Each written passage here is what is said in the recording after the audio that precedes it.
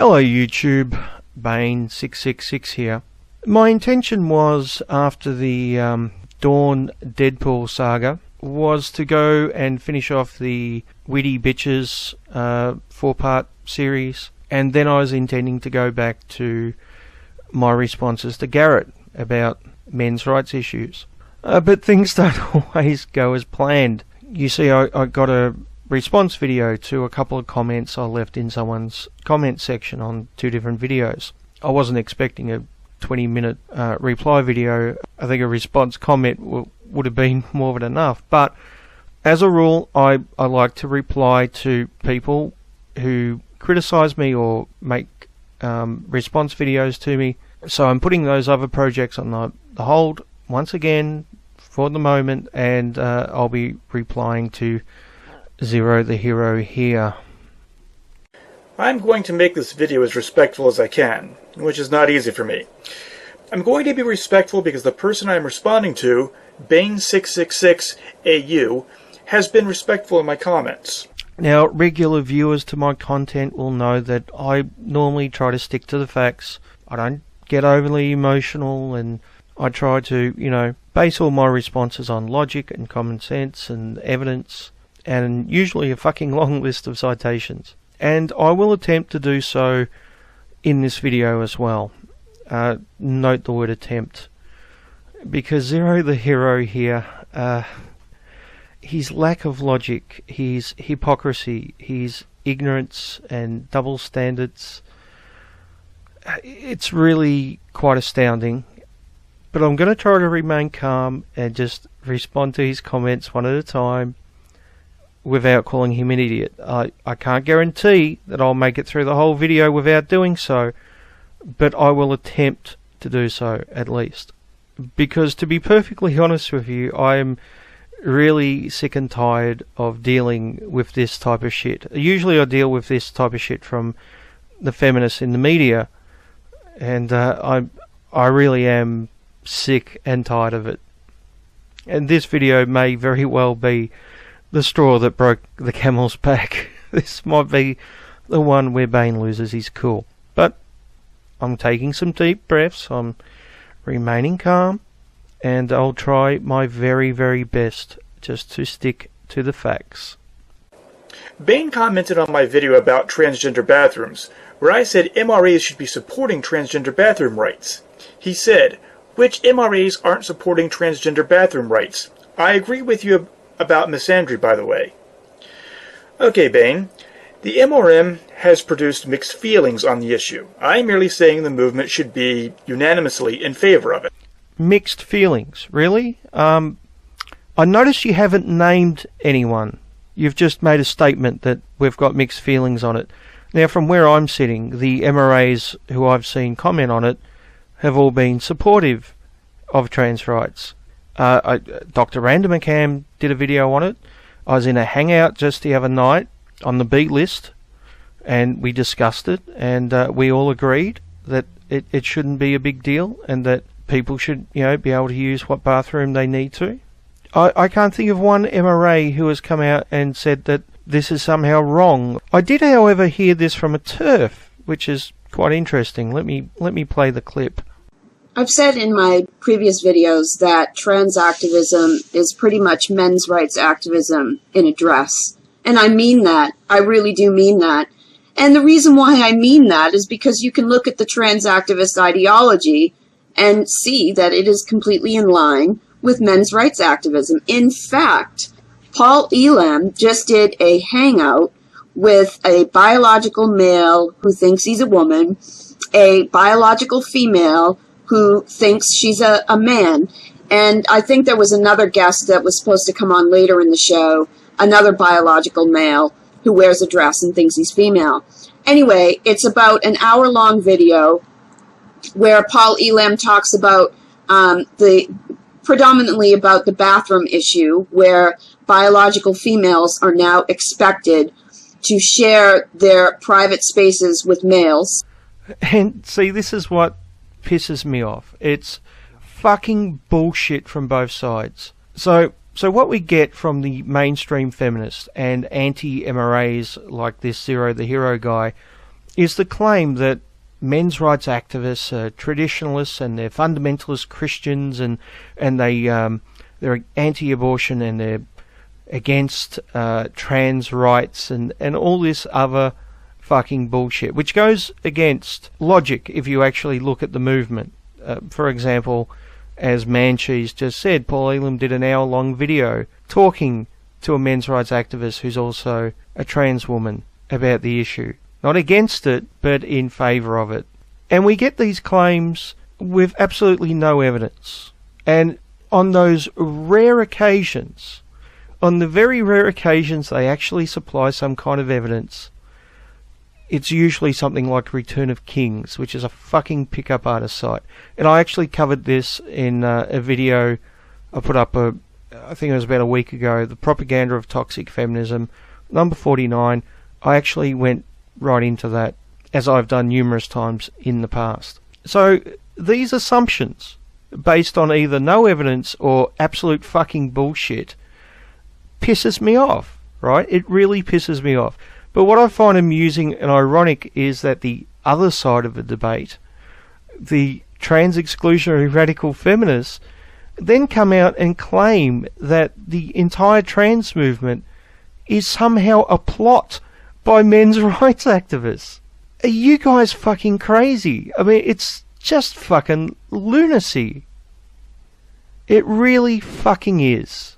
But I tell you what, let's go back to Zero and see what else he's got to say. As far as which MRAs don't support transgender bathroom rights, well, that's where we get into this problem of what is an anti-feminist and what is an MRA.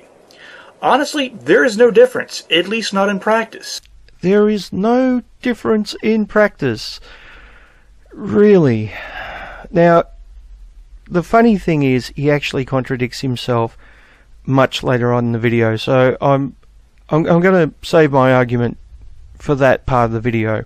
But for now, I just want to point out something in his comment section to the video I'm responding to. You see, he left a comment replying to Felfop, in which he said, "People whose thoughts and contributions that have meant something to me, and may actually help men, are in order of my favorites: Razorblade Kitty 2, Bar, Feminism LOL, Diana Davison, John the Other, Spetsnaz, Raging Golden Eagle." Also, none of those people call themselves MRAs, they're all MGTOW. Okay, so here he names a bunch of channels that he likes. They're all MGTOW channels. And for the record, I'm subscribed to all of them and enjoy their content. And Diana Davison, Spetsnaz and Raging Golden Eagle are all long-time subscribers to my own channel. Hi guys, if you're watching. And he also says that none of these people call themselves MRAs. They're all MGTOW, right? Now, the interesting thing is, they're all also anti-feminists. And he just said that there's no difference between anti-feminists and MRAs, which would mean the people he's just named here, according to him, are all MRAs, right? That would make sense. If these guys are anti-feminists, and all anti-feminists are MRAs because there's no difference, remember, then that would mean that they're all MRAs, even if they don't call themselves MRAs.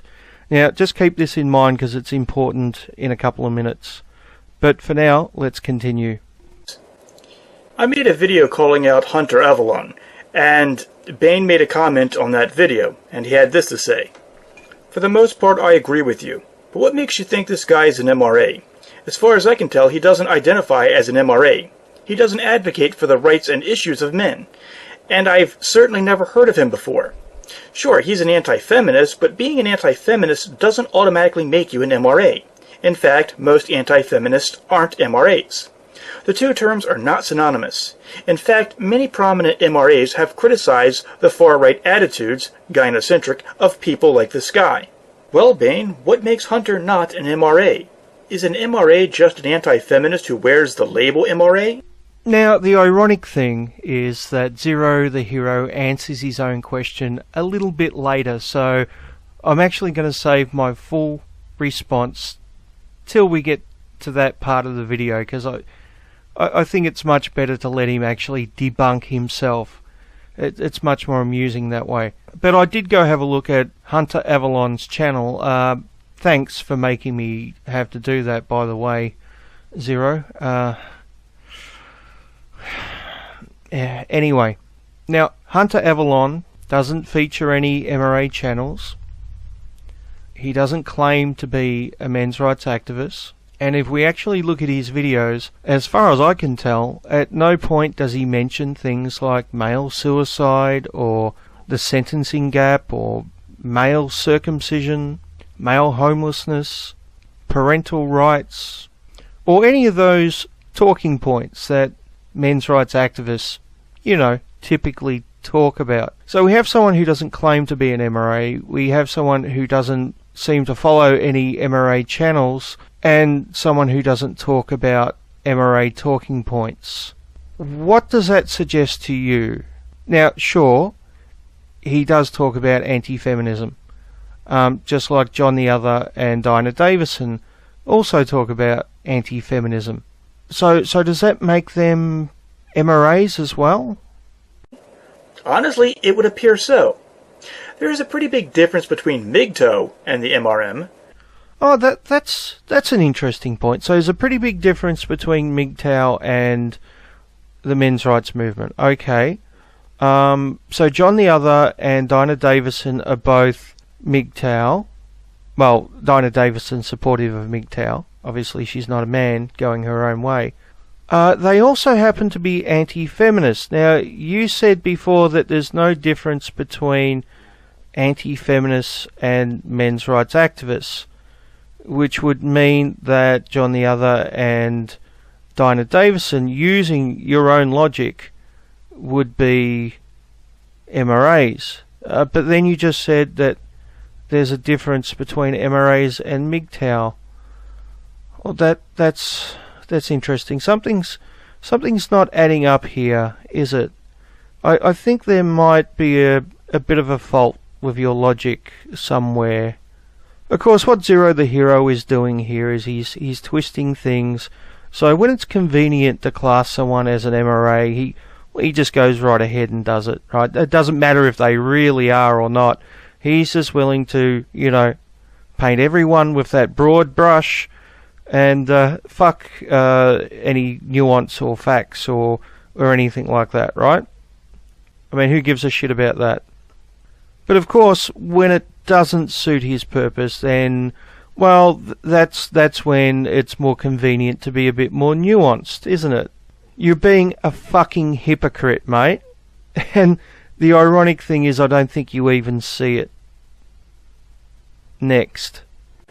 The MRM is hyperfixated on feminism. It's all they talk about.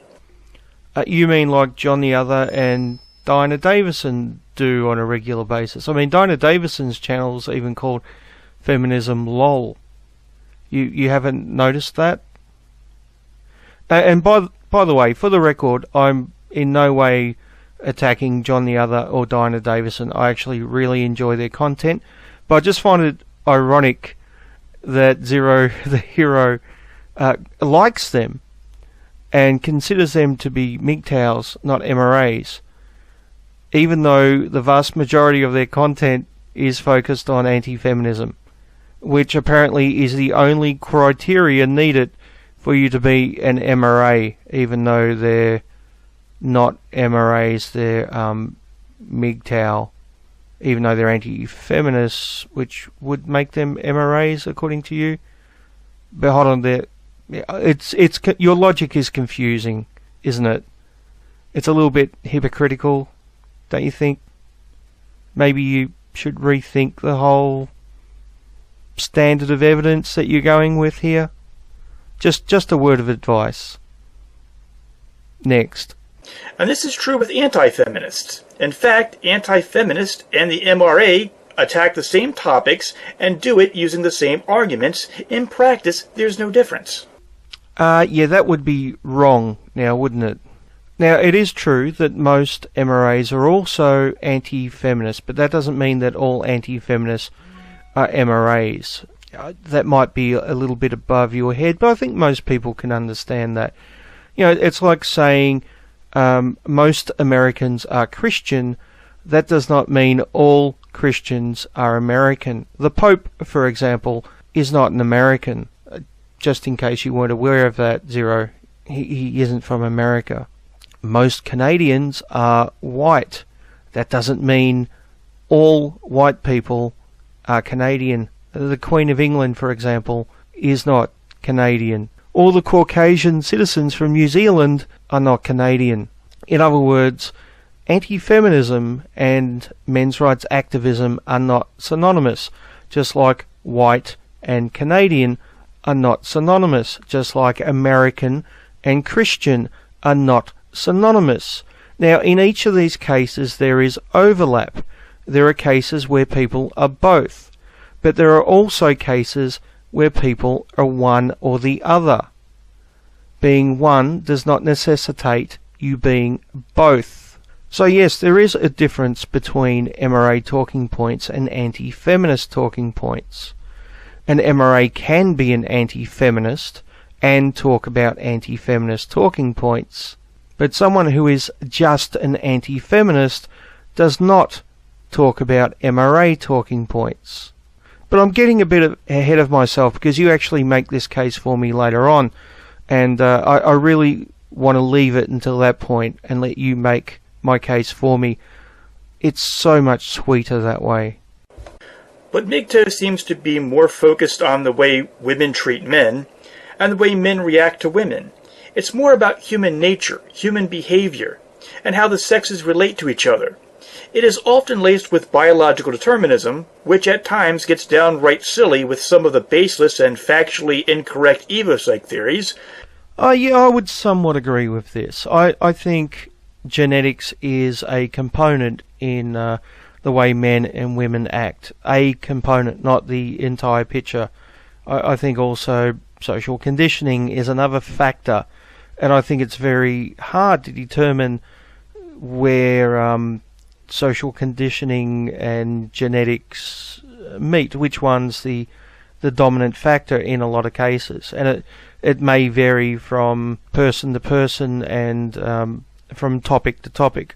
So obviously anyone who's saying that genetics is the only factor, in my opinion, is just as bad as anyone who's saying that social conditioning or environment is the only factor. I think in both cases it's bullshit. But it's interesting that you say that MGTOW is apparently not that interested in anti-feminism.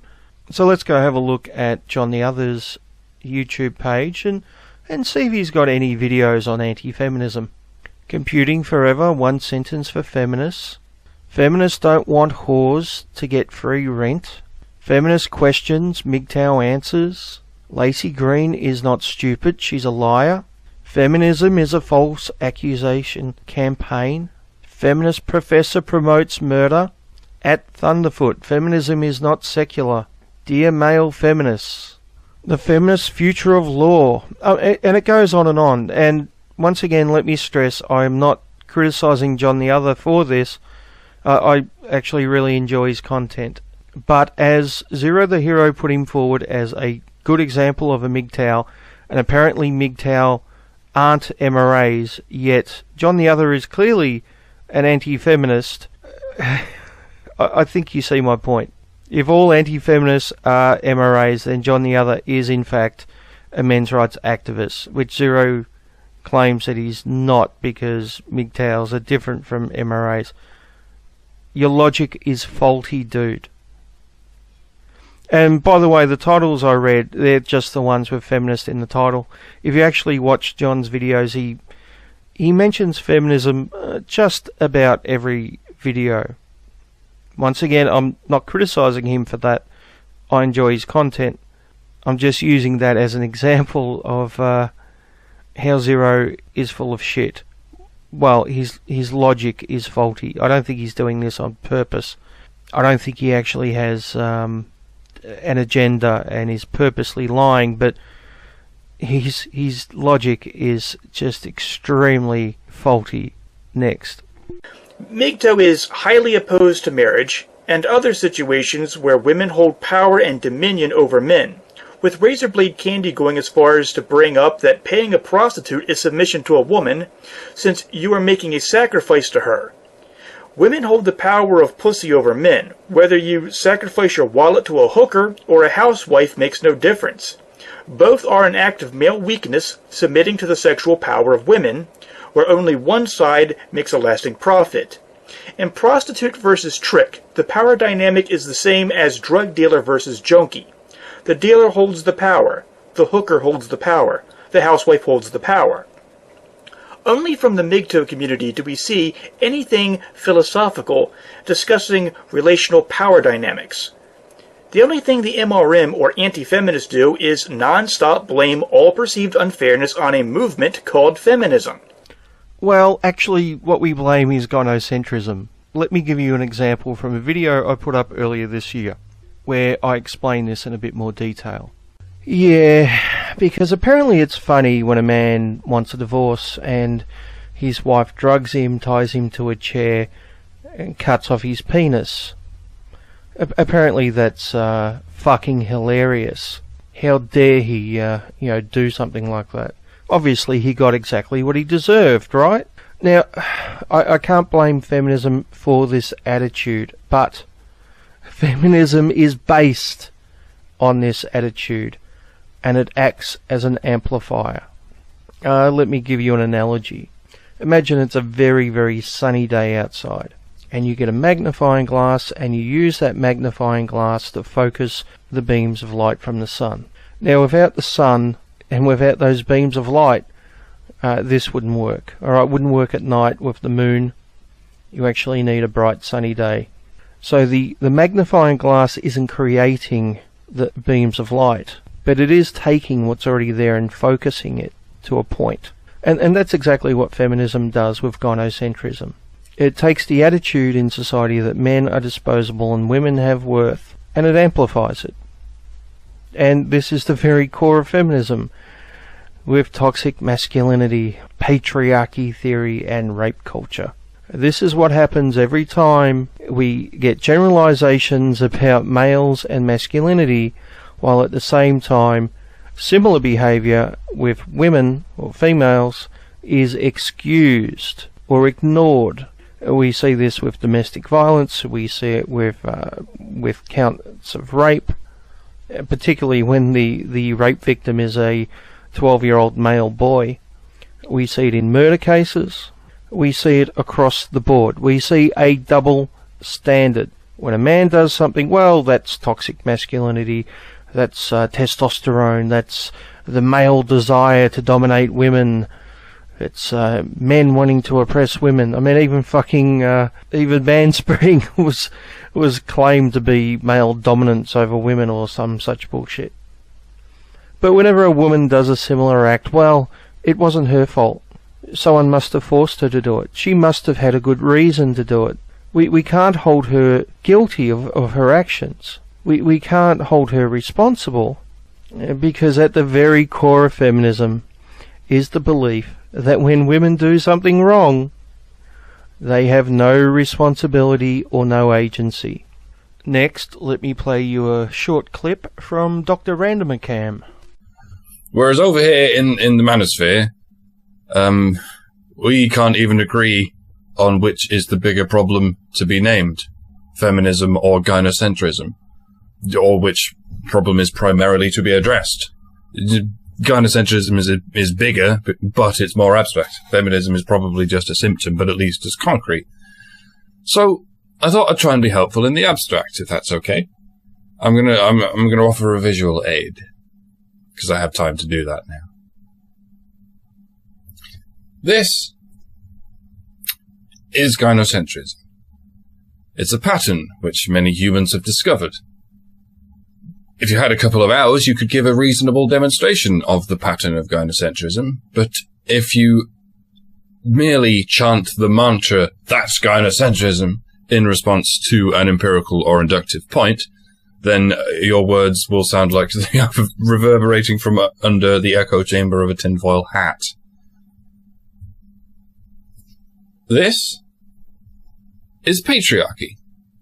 it's a pattern which many humans have discovered. If you had a couple of hours, you could give a reasonable demonstration of the pattern of patriarchy. But if you merely chant the mantra, that's patriarchy, in response to an empirical or inductive point, then your words will sound like they are dampening from behind the wailing wall of your problem glasses.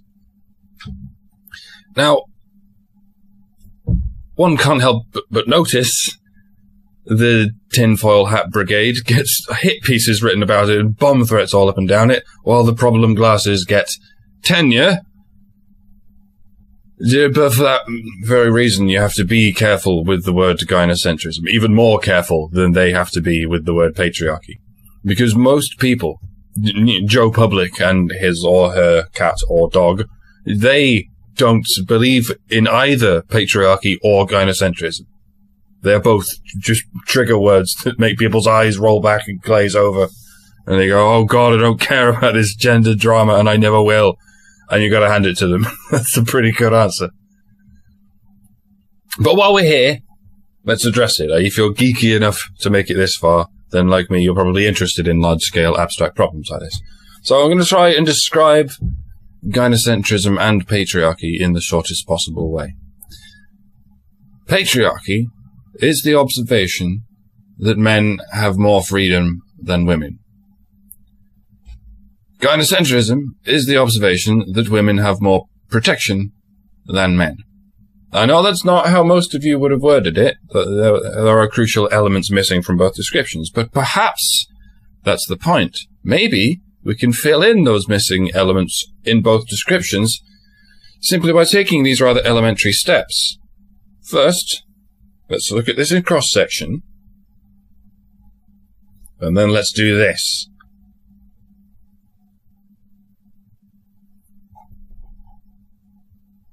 Now, a lot of people will look at this diagram and say, this describes gynocentrism. And a lot of other people will say, no, it describes patriarchy.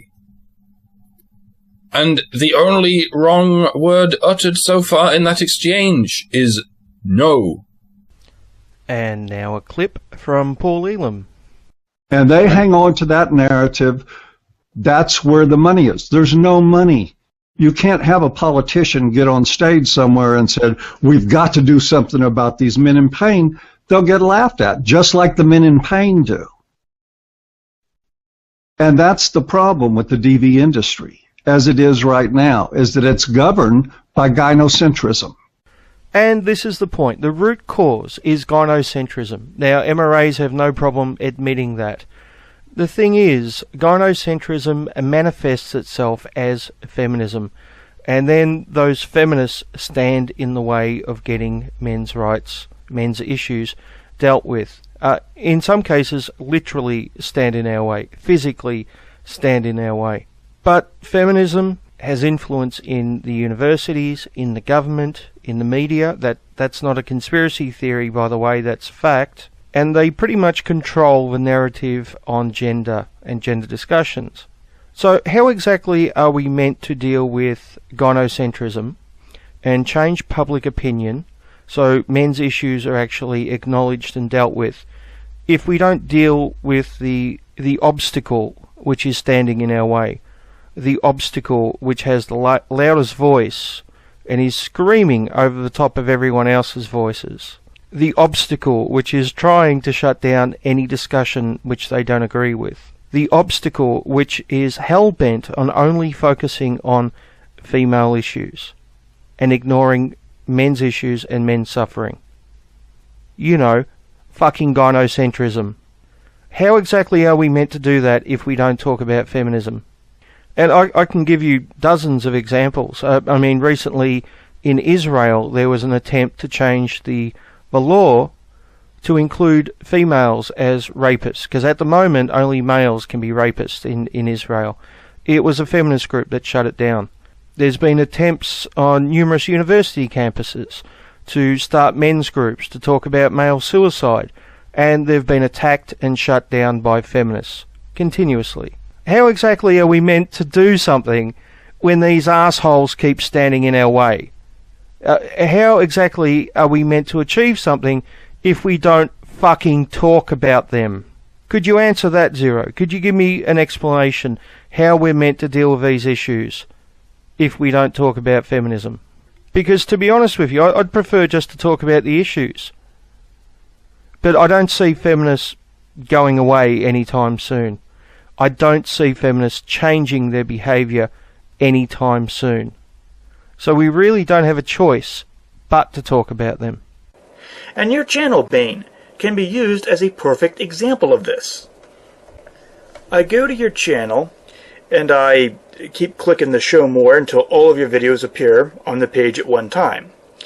I then type in femin so that the words feminist and feminism and feminists, all three words will show up by using femin. And how many times do you either say feminists, feminist, or feminism? 129 of your videos have those words right in the title. Your channel is almost exclusively griping about feminism. When I started my channel, my goal was to focus on some particular things to debunk, some particular ideologies. I'm an atheist, so I wanted to debunk creationists. I'm a big critic of conspiracy theories, so that's another thing I wanted to debunk. I'm an anti-feminist, so I'm more than happy to debunk feminism and feminist myths and ideology. And I'm also a men's rights activist, which means I talk about men's issues and men's rights. Now, I don't talk about the conspiracy stuff and the atheism stuff much anymore. I did early on. Now my focus tends to be on topics of gender, and anti-feminism and men's rights are connected. They're linked. Like I said earlier, most MRAs are also anti-feminists. Now, I think this is out of necessity. That, however, does not mean everyone who is an anti-feminist is also a men's rights activist. So yeah, you have pointed out that I do talk about feminism quite a lot. One of the reasons for this is because I'm defending men's rights. Just like I'm talking about feminism in this video with you when I'm defending men's rights. When you're defending the men's rights movement, it is hard not to talk about feminism because that's where the vast majority of attacks come from. If you look at one of my series, which is almost 50 episodes long and over 50 hours of content, the Propaganda of Toxic Feminism series, the entire thing is defending men's rights and talking about men's issues. And the vast majority of those attacks come from feminism. Bullshit and false information spread by feminists. Lies spread by feminists. That's what I'm debunking. That's why I'm talking about feminism. Now, yeah, there are some videos on my channel which just talk about feminism, in which I don't mention men's rights. I think there might be maybe a handful, maybe some comedy stuff, and maybe a handful of serious stuff. The rest of the stuff where I'm talking about feminism, I'm also talking about men's rights, and the discussion on feminism is in context to the rights of men and the obstacles which are put in our way by feminists.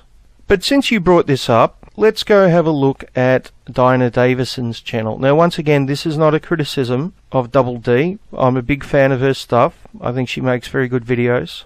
But I just want to point out your double standard here, because clearly you don't consider her an MRA, which is correct, by the way, even though she's an anti-feminist, and she talks mainly about feminism. So let's have a look at some titles. The Ministry of Anti-Feminism was her last video when I'm recording this. I'm done with feminism. Feminist bullies don't understand the internet. This is radical feminism activism. The Dr. Evil of feminism. Feminism versus science.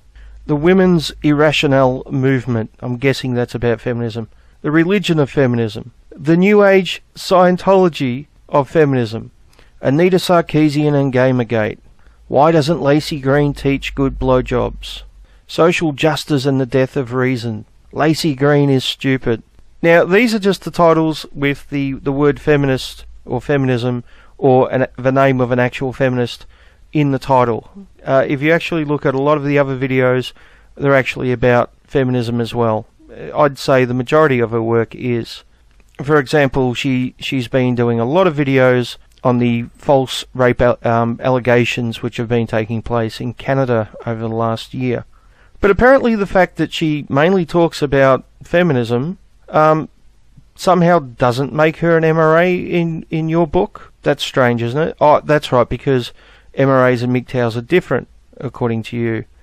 So therefore she can't be an MRA even though she's an anti-feminist, which is the only criteria you have for someone being an MRA. Your logic is very, very confusing. It really is, dude. The hypocrisy and the double standards are really off the chart. Next. Yet you're an MRA. And when anti-feminists who non-stop gripe about feminism decide to gripe about feminism, that's different than when you do it? Yeah, there is a difference. I'm not going to explain it right now, though, because Zero explains it himself in a little while. So I'm going to let him do that. It'll be fun to watch him debunk himself. How is it different? Again, your channel is obsessed with attacking feminism. Anti-feminists are obsessed with attacking feminism. Am I supposed to believe that the arguments are different? Because I honestly haven't seen evidence that even the arguments are any different. Then you haven't looked very closely, have you? Now, once again, you debunk yourself in a little while. So I'm just going to save it until then and then point out your hypocrisy. Now, the reason I don't just call myself MGTOW and be done with it is because too many people want to argue about what MGTOW is, and there are some disagreements between various factions. Then you've got people giving numeric designation to certain MGTOW based on what life decisions they make or how awakened they are, and a lot of other things like that. And I just don't want to have to wear the label and deal with that mess. I'd rather just push for equal rights for men. But I can't call myself MRA because I believe the movement has been completely co-opted by the radical right. MRAs are beginning to remind me of the Alex Jones crowd way too much, especially when they start in with this paranoid government conspiracy theory that all injustices to the male sex, every bad behavior committed by women, is a Marxist plot to divide and conquer us, and to make us men and women interchangeable with the lie of equality, to break up the nuclear family and make us more reliant on the government, as part of a cultural Marxist plot to make our culture crave big government to rule over us and evenly distribute goods and services just like communist Russia. Ah, fuck, you've been watching Rocking Mr. E, haven't you? I can just tell. Okay, Rocking Mr. E and people like that do not represent the mainstream men's rights movement. In fact, Rocking Mr. E is not a men's rights activist. Okay? He's not part of the movement. Now, is cultural Marxism a factor? Yeah, it is, and it's easy to prove. Let me show you the words of some second-wave feminists from the 70s. Did you define women as a class? Yes, absolutely. Women were the equivalent of the working class and men the ruling class. Under patriarchy? Under patriarchy, that's right. So we hoped to abolish the class difference. So the Red Femmes in the 70s took the structure of Marxism and they replaced economic oppression with gender oppression, and then that extremist element influenced the mainstream. The mainstream is really just a watered down version of that extremist element. And it's continued to grow with third wave and intersectionality. Now it's not just gender, it's race and it's sexuality and a whole heap of other things, where they place everyone in a particular group or a class, and then they judge the worthiness of your issues or your oppression or whatever based on what class you're in and the number of classes you're in and all this other bullshit. This all goes back to Marxism. Now, that does not mean it's a communist plot to take over the world or any of this other shit that some people go on about. I agree with you, they're full of shit, right? They're going too far. They're taking a kernel of truth and just going too far with it. But it is still a fact that feminism did grow out of Marxism. I swear to God, it's more ridiculous than the 9/11 truthers. In all fairness, I can't say this is a new development. This conspiracy theory has been a staple of the men's movement since day one. And God help you if you attempt to hold women responsible for their own bad behavior, because then MRAs will call you misogynist and remind you that the enemy is feminism. Not women, it's just feminism. And here we have another bullshit claim. MRAs all the time talk about equal rights for women. We also talk about equal responsibility for women. You know, like equal sentencing when women commit crimes. I talk about that all the fucking time, in fact. It's called the sentencing gap. I'm guessing you've never heard of it, Zero. And yeah, we most definitely talk about equal responsibility for women. At the same time, though, when some elements of the MGTOW movement come out and say all women are XYZ, yeah, we do have an issue with that, because that's no different than when radical feminists come out and say all men are XYZ. It's bullshit either way. There is bad women just as there are bad men. And there are good women just as there are good men. But to say that we don't hold women responsible for their actions is fucking laughable. In fact, I'm in the middle of making a video rebuttal to a guy who has done just that. He has way more subscribers than you do, Bane. And I absolutely know, you will say, but he's not an MRA. Yeah, I will say that if he's not an MRA. If he is an MRA, though, that's a different story. It's a bit hard to say when I don't know who the fuck you're talking about. But, you know, I'll have to wait and see, won't I? Dude, all of his gender rants are nothing more than the same hyperfixation on the feminist movement as your channel. You mean just like John the Other and Dinah Davison? Is that what you mean?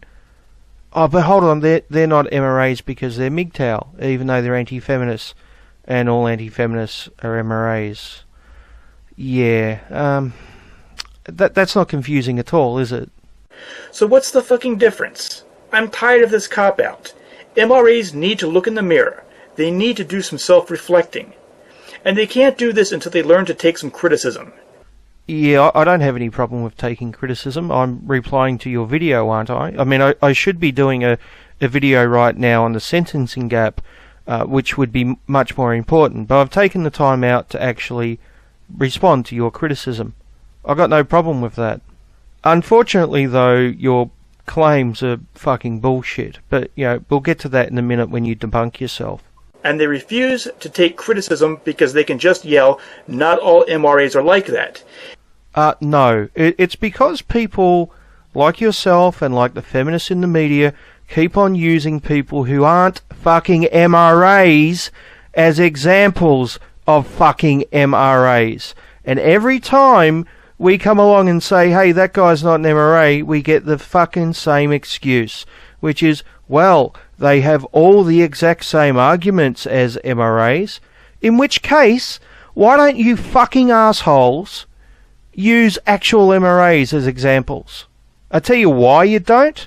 Because the arguments aren't the fucking same, that's why. I swear I'm fucking sick of this bullshit. But, you know, hold on, I said I wasn't going to lose my cool. Actually, I said I was going to try not to lose my cool. So, I'm going to take some deep breaths. I'm just going to calm down. And I'm going to continue wasting my time responding to this bullshit yet again, when I should be doing something far more productive. Continue, Zero. Please, go ahead. And part of yelling not all MRAs are like that is insisting that high-profile examples aren't really MRAs. They're just anti-feminists. Yes, because not all anti-feminists are MRAs, just like not all Christians are American, or not all white people are Canadian. The two words are not synonymous. Do you know what the word synonymous means? It means the same thing. Do I need to get you a dictionary? And again, what's the difference?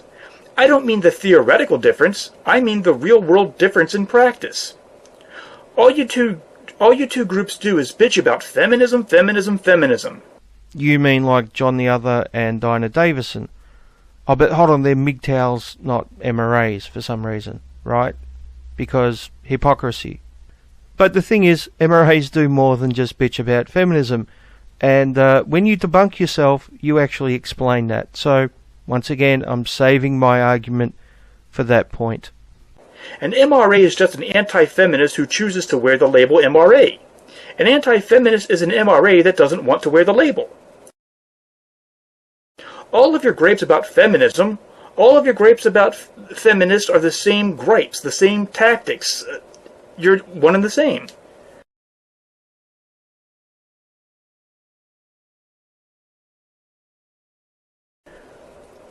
You all hang in the same circles, interviewing each other, reblogging each other, retweeting each other, and promoting each other. So, fuck if I can tell the difference. Another MRA commented on my channel, and wanted to rebuttal my reason for not calling myself an MRA. This guy defending MRAs, and thus it's only fair to assume that he is an MRA.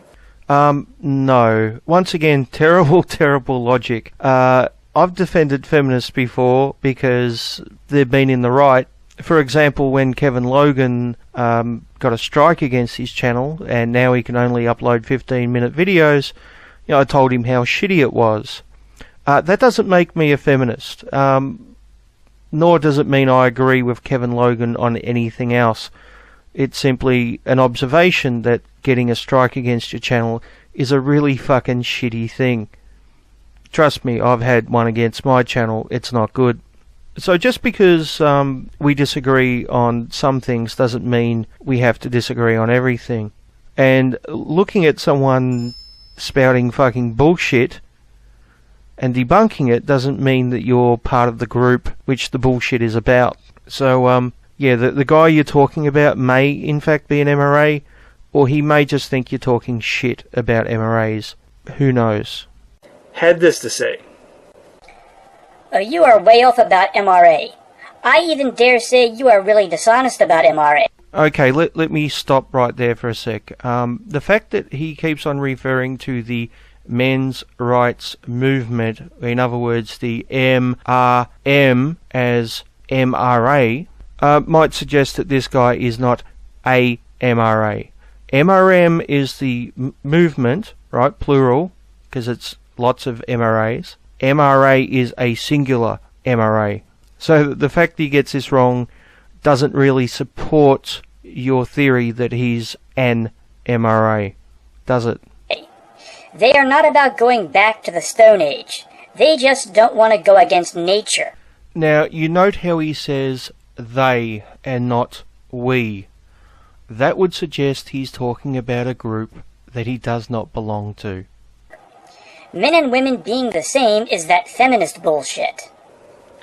And I replied to him, I claim that too many MRAs don't give a shit about men's rights. They just bitch about feminism.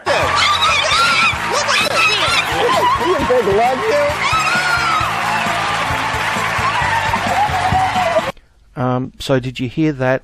That was the sound of someone debunking themselves. And what a beautiful sound it is too.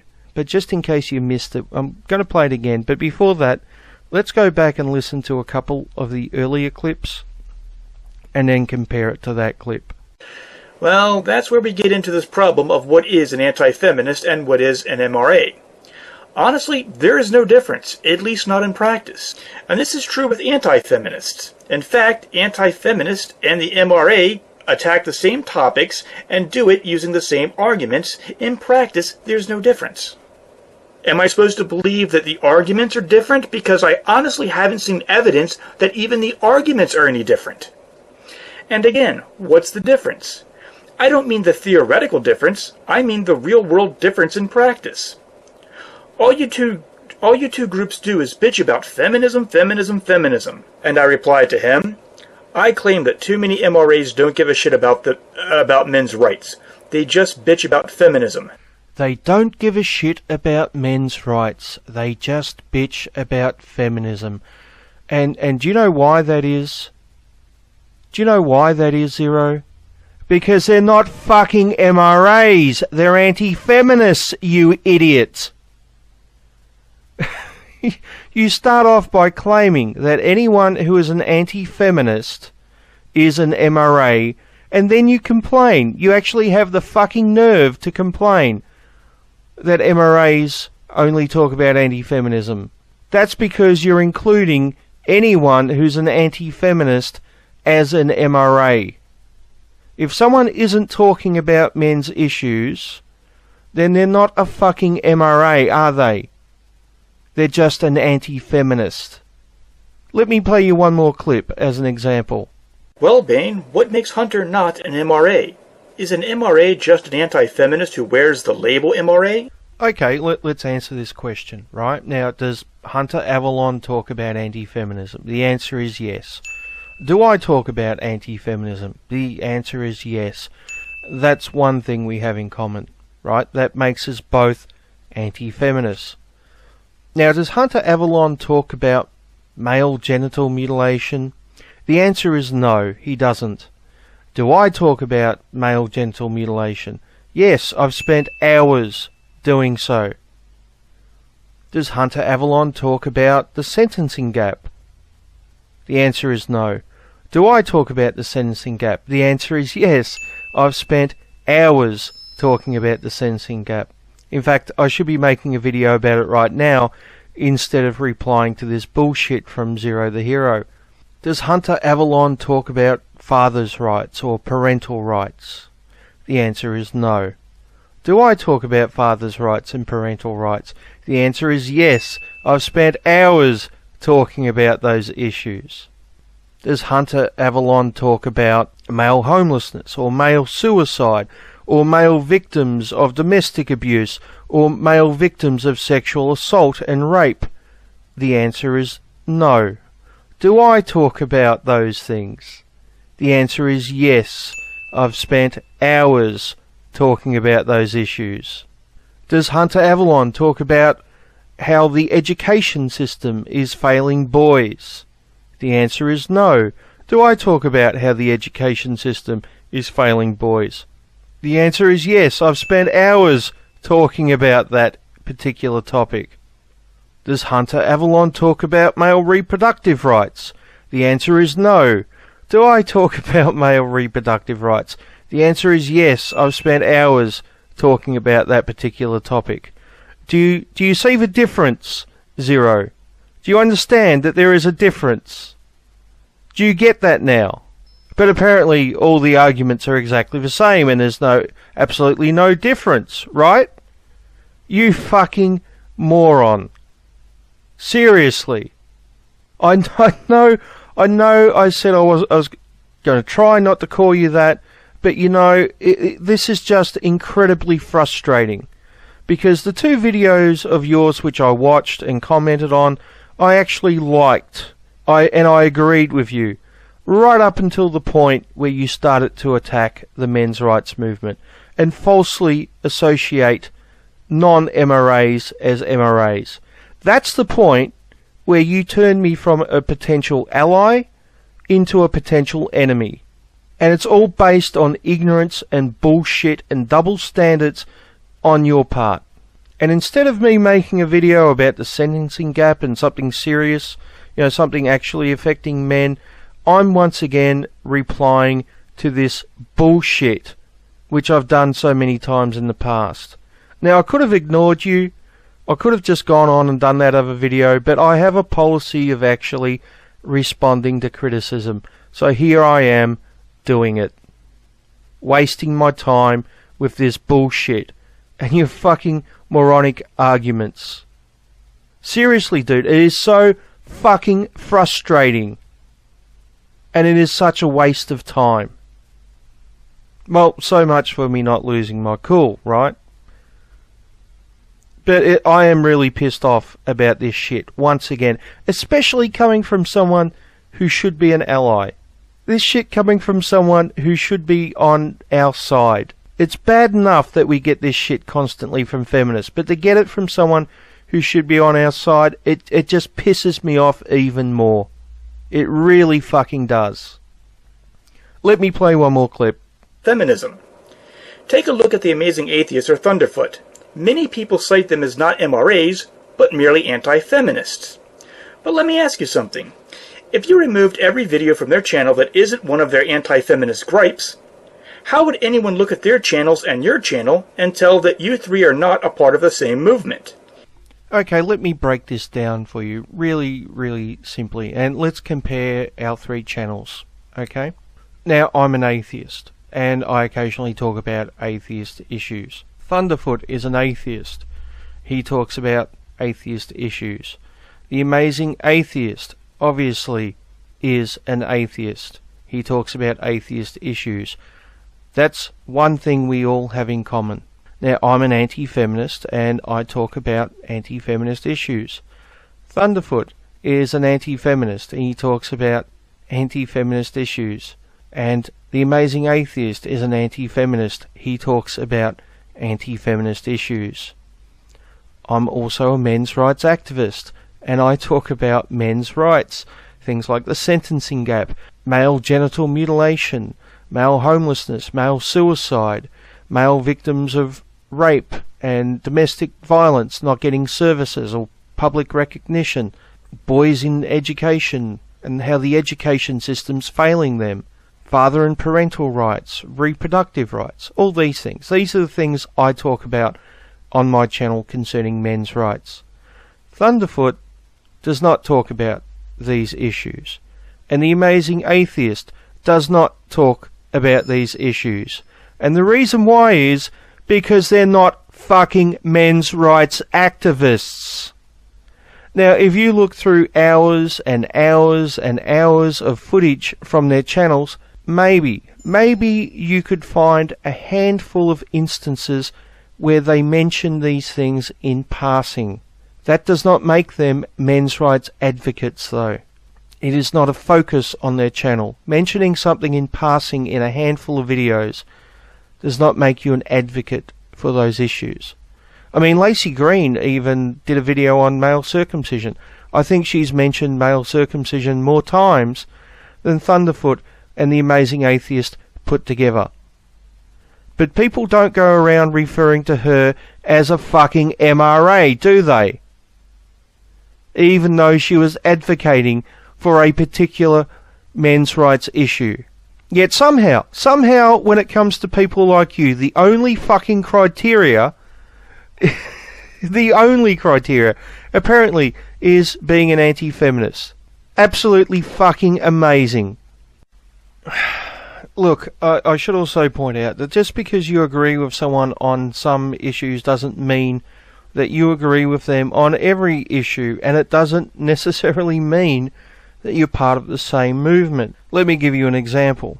So in this example I'm going to use Hunter Avallone, which Zero the Hero made his video about. I'm going to use myself. I'm going to use Man Cheese, who I used a clip of earlier in this video, the Radfem turf lunatic. And I'm going to use Russian Deadpool from the Skeptic Feminists. What?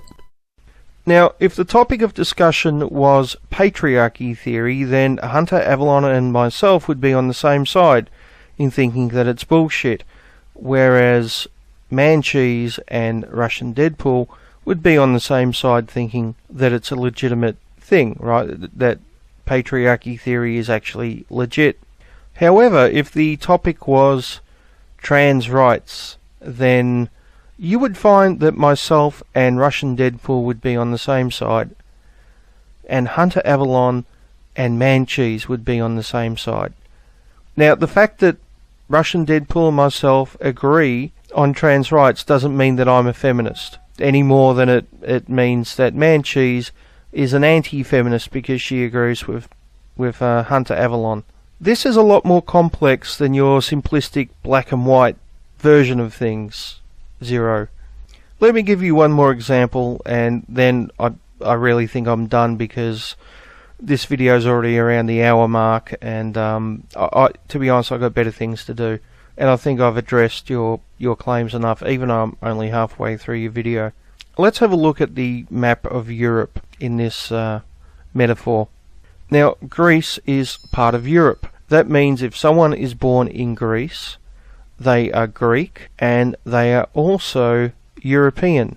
They are both those things. But Greek and European are not synonymous. They don't mean exactly the same thing. So, If someone is born in France, that means they're French and they're European. That does not mean, just because they're European, that they're also Greek. Because remember, Greek and European are not synonymous. If someone is born in Germany, then they're German and they're European. But the fact that they're European does not mean that they're also Greek, because Greek and European are not synonymous.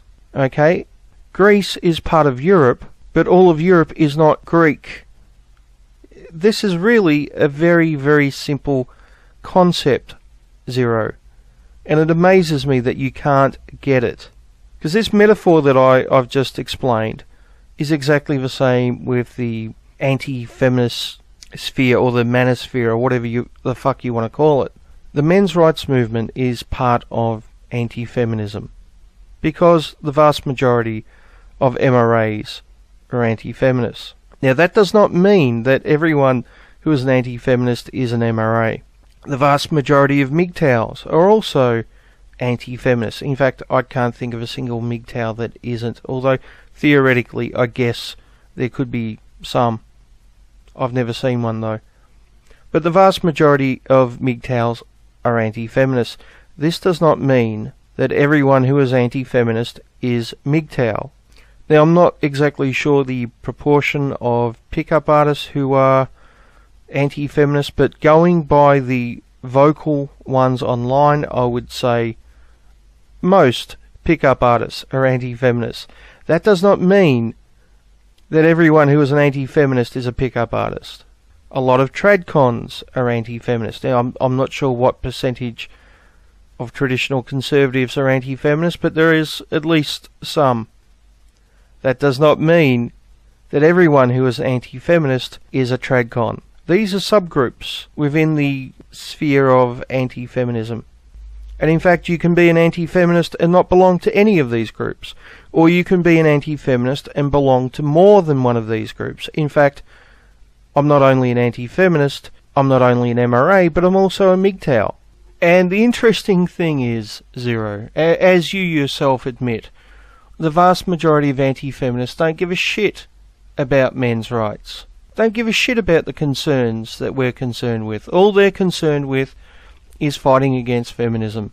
That's their focus, that's their concern, and in some cases they actually work against men's rights and the issues that affect men. And many of them are actually vocal against the men's rights movement. Some of them, a fair few of them, even class us as being no different than those evil feminists. Now, the ironic thing is these people haven't actually looked at the movement and, as far as I can tell, are only going by the feminist media, which is kind of ironic considering they're anti-feminist, yet they believe the feminist lies about us. But your view of the world is extremely black and white, where you only see anti-feminism equaling men's rights activism. Apparently there's no difference in your mind whatsoever. Yet for some strange reason, some bizarre fucking reason, you acknowledge that there's a difference between anti-feminism and MGTOW, which is strange. You give that concession to the MGTOW group, but not the men's rights movement for some reason. It's bizarre. And what you're doing is no different than 1,000 fucking asshole feminist journalists have done before, and will continue to do.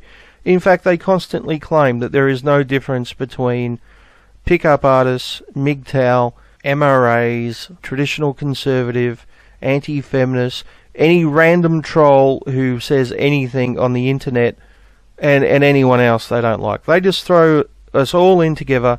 Apparently there's absolutely no difference, which is fucking ludicrous if you know anything about the different groups. And they just class us all as MRAs, apparently. Even the ones who are vocally anti-men's rights.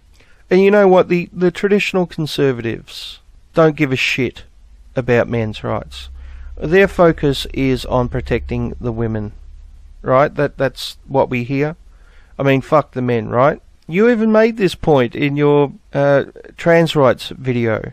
And I agree with you. And it's a point I hear all the time in the men's rights movement.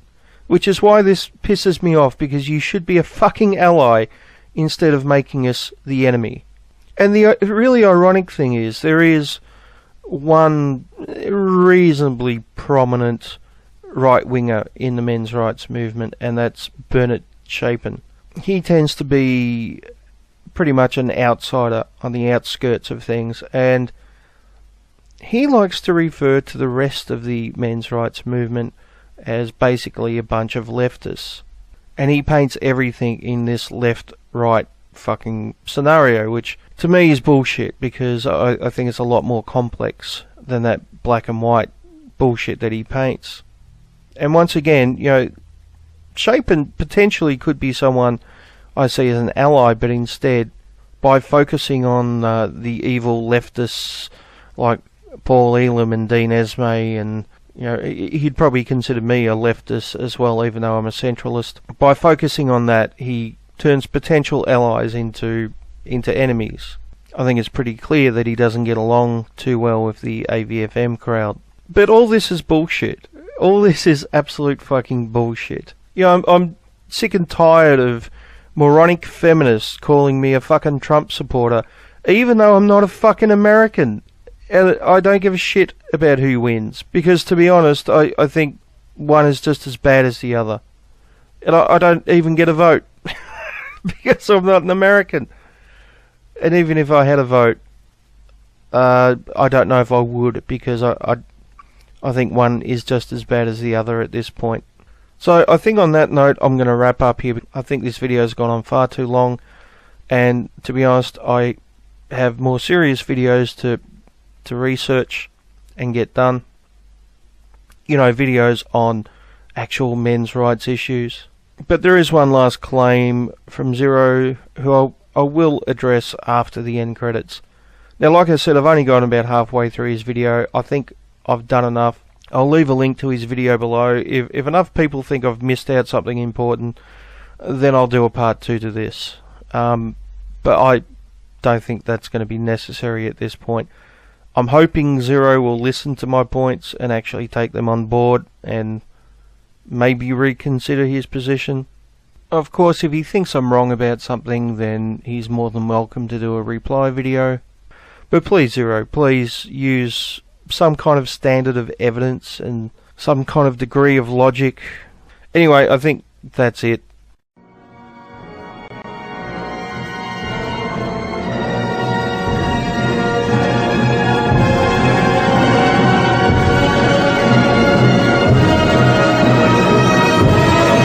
And like I said, he basically confirmed exactly what I said, that these people are mostly about reestablishing good old-fashioned traditional gender roles of women stay home and men do all the work. Oh, so MRAs are mostly about reestablishing traditional gender roles, right? What a fucking joke, considering the amount of time I've spent talking about doing away with traditional gender roles and how they're no longer relevant today. At one point they were relevant to the survival of the human race, but they're not anymore, not in the modern age. It's something I mention probably at least once a month in a video, if not more. So what I'm going to do is I'm going to have 3 clips from 3 past videos of mine where I'm talking about traditional gender roles and how they're no longer relevant. Now, Zero the Hero may say, oh, but Bane, you're just one MRA, you don't represent all the movement or some such thing. Well, I've got a couple of counters to that. First of all, when Zero the Hero made that statement, he was referring to one person who left a comment in his comment section, where he was presuming that this guy was an MRA. And like I explained earlier, it's pretty clear that he's not, considering he referred to the men's rights movement as they and not we. But Zero the Hero was perfectly happy to let this one individual represent the entire movement. And considering I'm a reasonably prominent MRA, I think I would better represent the movement than one individual who left a comment on one of his videos. And when we don't even know if the guy is an MRA, it's doubtful that he is, based on his own language. Secondly, if you actually look at my videos, I have a very high upvote compared to downvote rating. Alright, usually my upvotes are in the hundreds, and my downvotes are single figures, less than 10.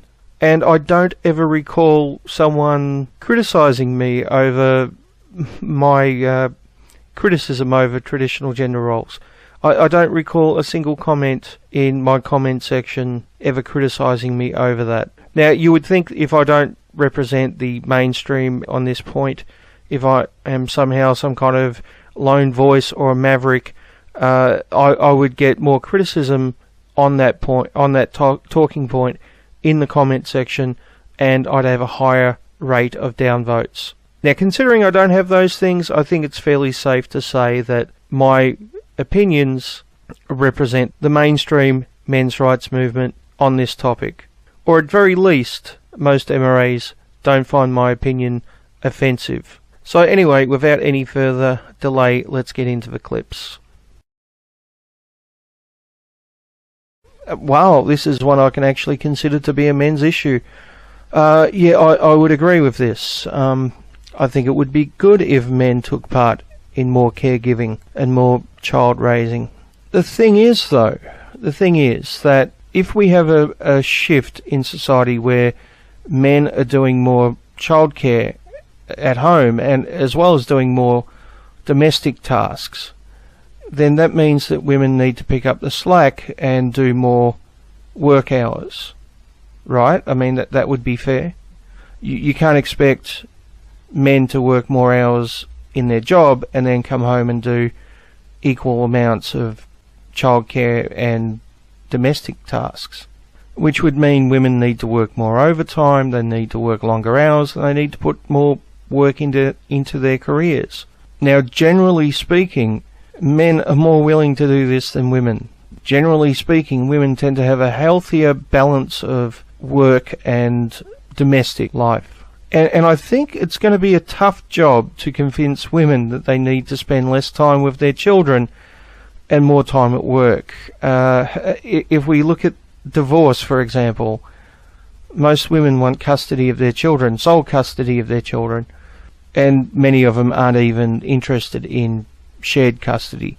So we need to change society's attitudes to fix this, and society includes women. Getting men to be willing to spend more time with their kids and less time at work, that's only half the problem. The other half is getting women to accept men doing that and for women to pick up the slack at work. And on average, that's not happening. Next. So the very concept that traditional marriage and traditional gender roles were put there for the benefit of men and to disadvantage women is sheer nonsense. Now, no doubt, like I've already stated, no doubt they were restrictive, but those restrictions served a function. There was a practicality at the time to those restrictions. There was a purpose to those restrictions. Now, in today's modern age, there isn't such a need for such restrictions. We have things like the pill, which allows people much more freedom in their sex life. We can test the genetics of children to see if the father is actually the father. We have things like daycare, which helps free up women's time to pursue a career, which takes much of the pressure off the fathers. And of course, we also have the option of the father staying home and the mother going out and providing for the family. Of course, there's also the option of not getting married or not having kids. I think all these things are good things. I think all these things are positive things for the most part. But to say that we should have had these things 100,000 years ago, or 10,000 years ago, or 1,000 years ago, or even 200 years ago, is lunacy. These are products of our modern age, and it's taken time and effort for society to evolve and to reach this level, not to mention the scientific breakthroughs for some of it. So it's not fair to judge the past by our standards today. So once again, let me stress, no doubt, in the past, traditional marriage, combined with traditional gender roles, has been restrictive to both males and females. But those restrictions did serve a purpose, a greater good. They were practical at the time. Unfortunately, the way feminists tend to look at this, though, is they only see the restrictions placed on women and conclude that those restrictions were done for nefarious purposes, while ignoring any restrictions placed on males and only seeing the benefits to males, while ignoring the benefits to women, and concluding that societies back then should have been exactly like ours is today, or somehow even better. Societies are very, very complex mechanisms, and unfortunately the way feminists tend to look at past societies and even society today is they only see the negatives that affected women and only the positives that affected men, and in many cases the minority of men. They don't look at the whole picture, and they don't look at that picture in the context of the time. And then they call this patriarchy. And I'm sorry, but that's bullshit. Now, I'd much prefer living today where we have more options and more choice. Hopefully we all agree on that. And I'm a huge supporter of women's rights. I'm also a huge supporter of women's responsibility. That means if women want to earn the same amount of money as men do, they need to work the same jobs and work the same number of hours, and they need to make sacrifices in their families. That's sacrificing time with their children. Unfortunately, women aren't willing to do this, most women anyway. If we look at the divorce statistics, most women want custody of their children. Now, I can understand this, but you got to realise that there is a consequence to that action, and that's what feminists seem to be blind to.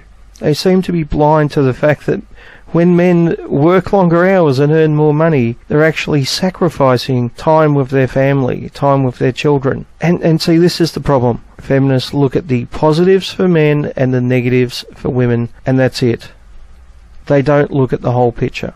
Now, sure, in the past, women didn't have the same career choices as men. And as I've explained, there were practical reasons for that. You may say this was unfair, and maybe it was unfair, but it was practical at the time. And if you look at the whole picture, then you have to look at the fact that men were also trapped in those roles. They were expected to fill those roles because it was practical at the time. You can't look at only the men at the top, those who have been the rulers and the kings for the last, thousands of years, without looking at all the men at the bottom who have gone off to war and sacrificed themselves and died to protect their wives, their children, and their country.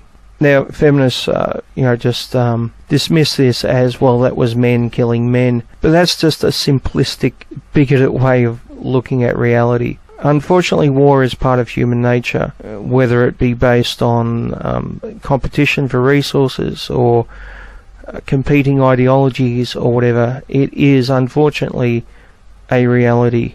And if we had have been under female rule for the last 100,000 years, there still would have been war. There still would have been competition for resources.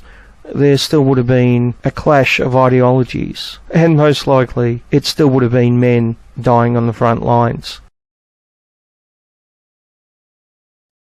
And I thought to myself, why not do a video on gender politics in the zombie apocalypse?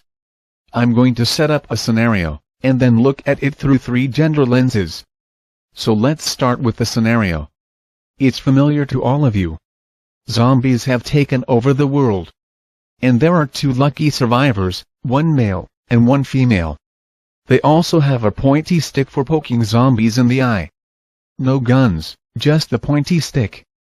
Fortunately, they also have a very strong building with a thick iron door, and bars on the windows. Supplies in the building are very limited, and routinely need replacing.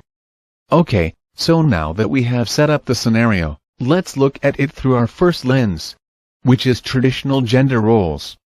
In this scenario, whenever new supplies are needed, it's the job of the male to take his pointy stick and go out into the world and get them, while the female stays behind where it is safe. Both genders have advantages and disadvantages in this scenario.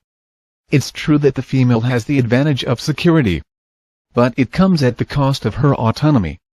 While the male has greater autonomy, it comes at the price of less security, higher risk, and responsibility. Now this worked for a long time.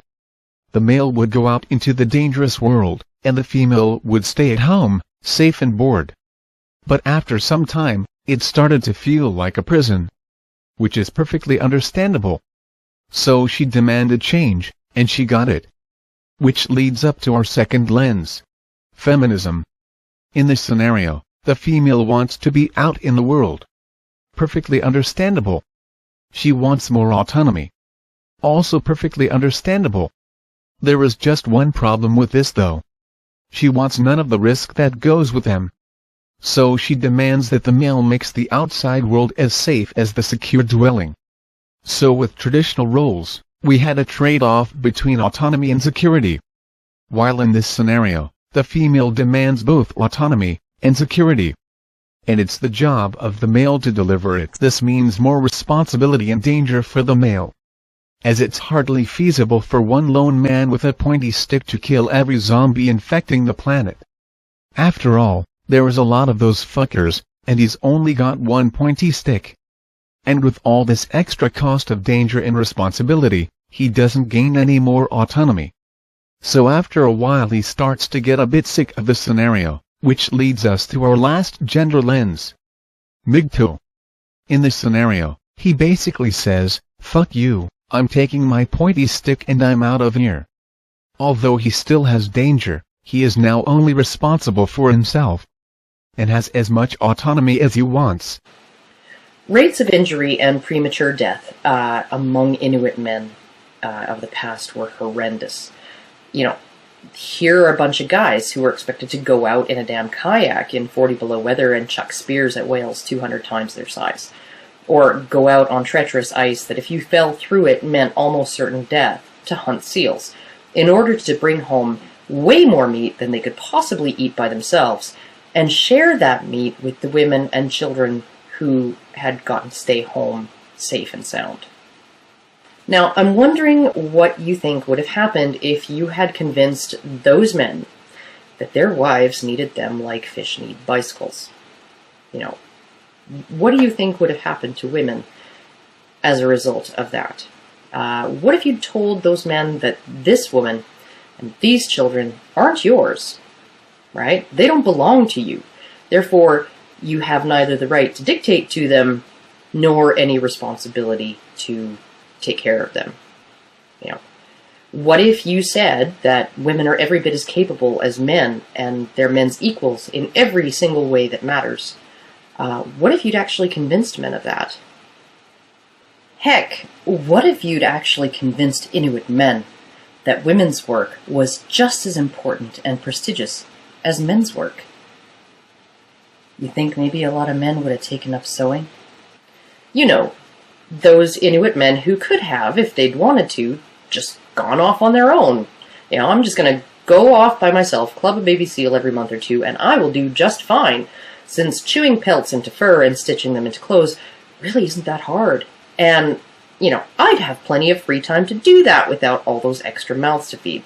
There is one other possible scenario. It's the egalitarian, humanist, MRA scenario. In this scenario, both the male and female get a pointy stick each. They both have equal autonomy, equal risk, and equal responsibility, and work together to achieve common goals. But it takes both partners to do their fair share. To have equal autonomy, they both must take equal risk and equal responsibility. This is my preferred scenario, but unfortunately it doesn't work if one of the partners believes she is owed special protection from equal danger and doesn't accept equal responsibility.